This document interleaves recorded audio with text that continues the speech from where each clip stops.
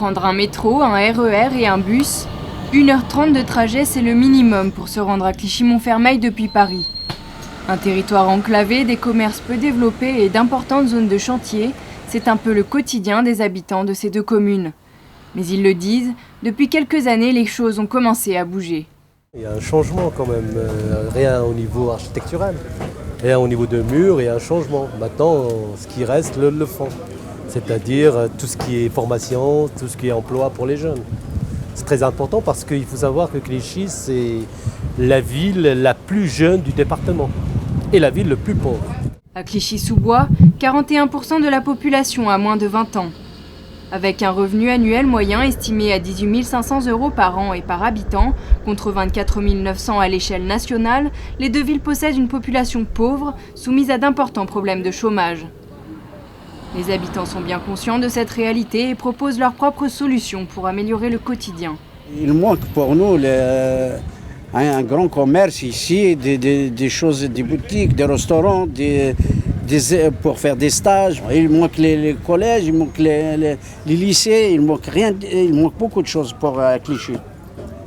C'est ça le problème.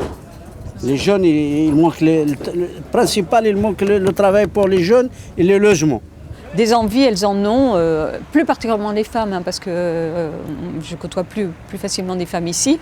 Elles ont des envies comme avoir ici des moyens de transport plus adaptés, donc c'est ce qui est en train de se mettre en place, et aussi d'accessibilité, comme vous voyez, le cinéma. Par exemple, on n'est pas de la piscine ici, on n'est pas centre de loisirs, c'est vrai qu'il y en a un, mais il n'y en a pas partout, il n'y en a qu'un seul, donc voilà quoi. Ouais, ça sert à rien. Ça c'est quoi?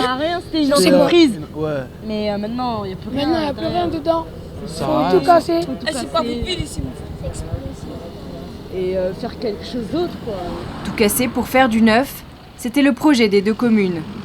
Elles se sont d'abord attaquées à la rénovation et à la construction de nouveaux immeubles, puis au désenclavement du territoire, tout en prévoyant l'arrivée de nouveaux moyens de transport via le programme de rénovation urbaine initié il y a 10 ans.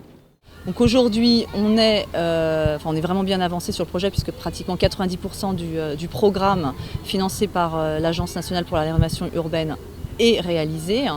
Et aujourd'hui, il nous reste surtout vraiment à traiter ce qu'on appelle le secteur central et ce pourquoi on a aussi voulu faire appel à Ergapolis. Pour les étudiants d'Ergapolis, l'enjeu est donc de proposer un projet pour ce secteur central tout en respectant un ordre de priorité. Il y a un objectif à atteindre très vite, c'est la question des transports, avec l'arrivée du tramway après-demain et l'arrivée du métro encore après, mais ces deux enjeux-là sont essentiels. Tout est lié, le logement, les transports, l'emploi, ces questions-là sont au cœur des problèmes des Clichysois.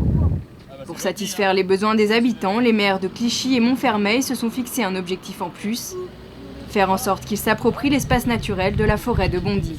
Cette forêt est très utilisée puisqu'il y a plus d'1 million de visiteurs par an. Vous avez raison en revanche de dire que ce n'est pas forcément les populations à proximité immédiate qui s'y rendent. Tout simplement pourquoi? Parce que d'abord vous avez vu, il y a ou un mur ou un grillage, pas très attractif. Deux, il y a un espèce de boulevard à 2 ou à 3 voies qui est extrêmement dangereux à traverser. Et donc c'est pas spontanément. Donc, nous essayons par les réaménagements de cet axe routier de pouvoir rendre perméable la ville sur la forêt et la forêt sur la ville. Reste une question en suspens. Que faire de la tour Utrio? Présente sur le secteur central depuis 1976, elle est emblématique des deux villes. Après avoir envisagé sa démolition, elle se retrouve au cœur d'un projet culturel d'envergure internationale. En 2012, Frédéric Mitterrand, alors ministre de la Culture, souhaite en faire une seconde Villa Médicis, petite sœur de celle de Rome.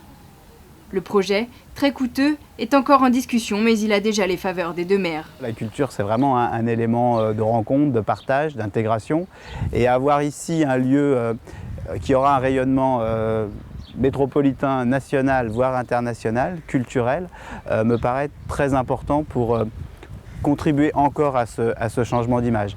Mais ça ne doit surtout pas être un ovni posé là, ça doit être un lieu dans lequel les habitants de Clichy, de Montfermeil, de la métropole se reconnaissent. Désenclaver le territoire, faire communiquer la forêt avec la ville et développer un projet culturel à grande échelle, le tout sans oublier le quotidien des habitants et la principale problématique du chômage, c'est la tâche confiée aux étudiants d'Ergapolis pour que le projet devienne réalité.